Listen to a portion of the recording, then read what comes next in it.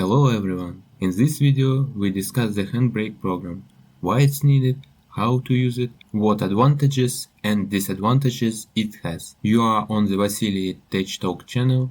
Let's get started. The main site of the program is handbrake.fr. Here you can download the program.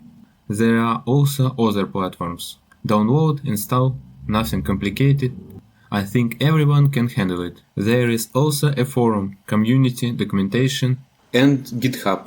In fact, why this program is needed? This program allows you to convert videos into other formats, reduce the size of files, resolution, frame rate, and bitrate, delete, add subtitles, delete sound. As indicated on the site, the reason for loving Handbrake are conversion of videos from almost any format, free and open source code, and multiple platforms are available.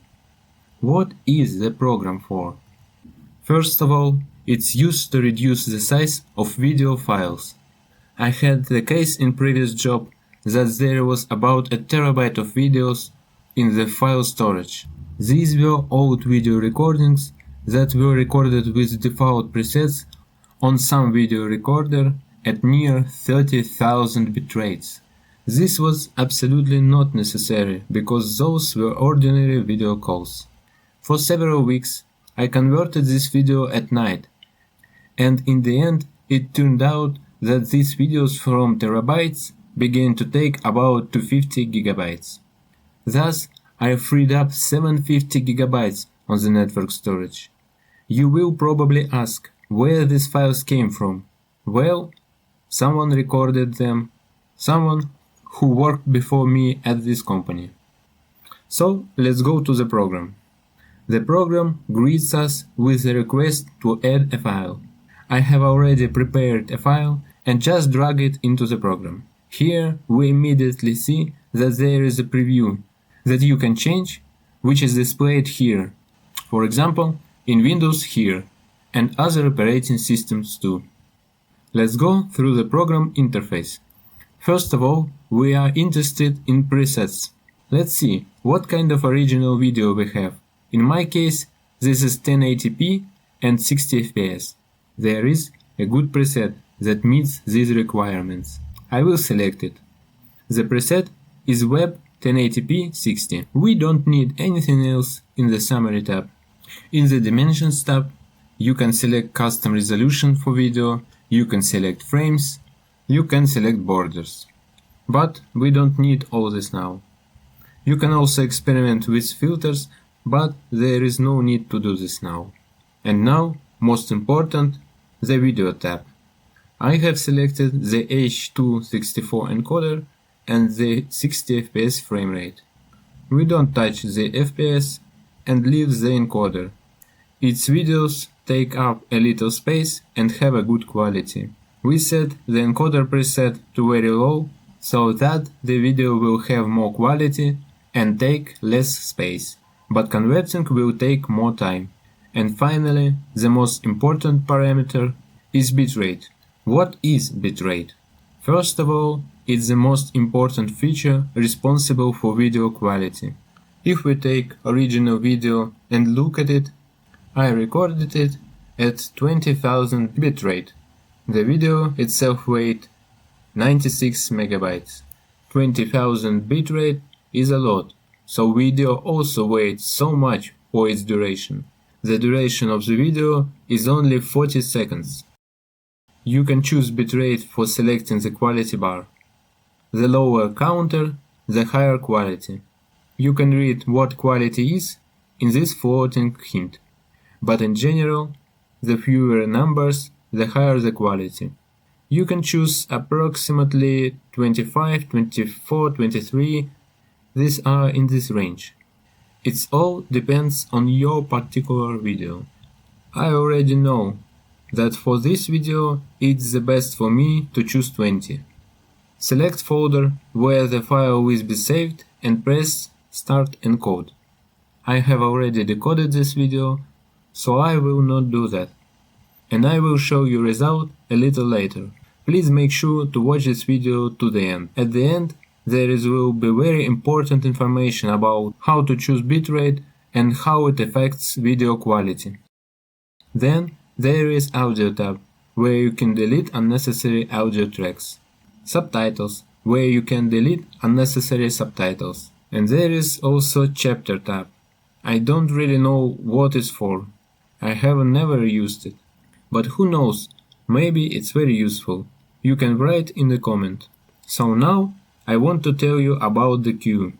The queue is very important part because you can put several videos for processing and go to sleep, shop or work. And videos will be processed and not take your time at the computer. So, take the video, set it up and add to queue. The first video appeared in the queue. Next, let's say I can change some settings. Let's say I want to change the quality a little. I change the quality, change the name and press add to queue. And again, I change the quality a little more and add to queue. And here we have 3 videos and they will be converted in one turn. You can make a large queue here, 50 videos or more, and at the end you can choose what computer will do after converting all videos. It's a pretty convenient feature. I converted all those videos with queue, otherwise it would take even more time. I combined about 3-4 videos per task, and they were converted overnight.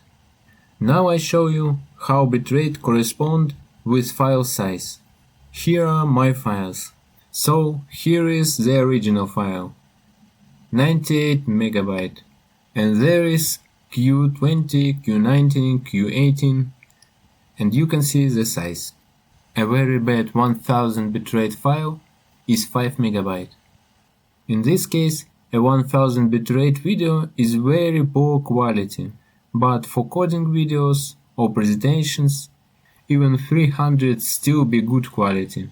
Where the difference is almost not noticeable is 10,000 bitrate, and this is 50 MB against the original 88 MB. That is, the size decreased is about twice. Well, actually, this is pretty logical, because the original file was 20,000 bitrate. And of course, after you configured everything as you need, you can save your own preset, so that later you don't configure these parameters again. But I advise to be careful with this, because you will still have to change the quality from video to video. And finally, I want to tell you about settings. There are not so many useful functions in the settings, but they are. Here you can select update plan. Then in output files you can select folder where files will be saved by default. In when done, choose what happens when formatting is completed. And in output files you can also select the file format that you will have, either MP4 or M4V. It's better to choose M4V because it's more modern. It actually stands by default. That's all with the settings. And finally, I want to tell you about bitrate and how it affects the quality of the final video. Look, I already have a large number of rendering videos with different bitrates. Now I will show you the original video. As you can see, there is a very large number of moving particles, flashes, lights, and so on. This is a very disliked by program like Handbrake, because they cannot normally compress such a number of changing particles, and because of this, they may be different artifacts. Now I will show you some examples of these artifacts. Here I have already cut our special screenshots with bitrate signature. So you see, this is 1000 bitrate. In addition to the fact that you can choose the bitrate in quality, you can also type it manually. So this is 1000 bitrate. 1.5, 2, 3, 4. From 4, more or less acceptable quality. Because look, here are 1,500 and here are clearly squares. Here, in general, some kind of nightmare. But this is not even discussed. 2000 is also bad, but specifically for this video. But there are videos in which 2000 is already good, and you can leave it. 3000, 4, and from 4 it becomes normal. From 4 you can already see image, well 6 and 10. And then, in fact, the original video is 20,000 bitrates. But after 10, there is almost no difference. For you, it will be indistinguishable at all, because you watch it on YouTube with low bitrate, but even on my monitor I practically do not see the difference. It becomes a little more sharp here, in these details, and here, but in general it's absolutely non-noticeable. And as you can see, here I converted with help of Q, so the numbers are not pretty. With the quality, I mean. There is practically no difference in these frames, so choose bitrate wisely. I hope now you can use Handbrake and will use Handbrake. Don't use online converters or paid converters, because there is such a wonderful program. Thanks you all for watching. If you have questions, welcome to the comments, and see you in the next video.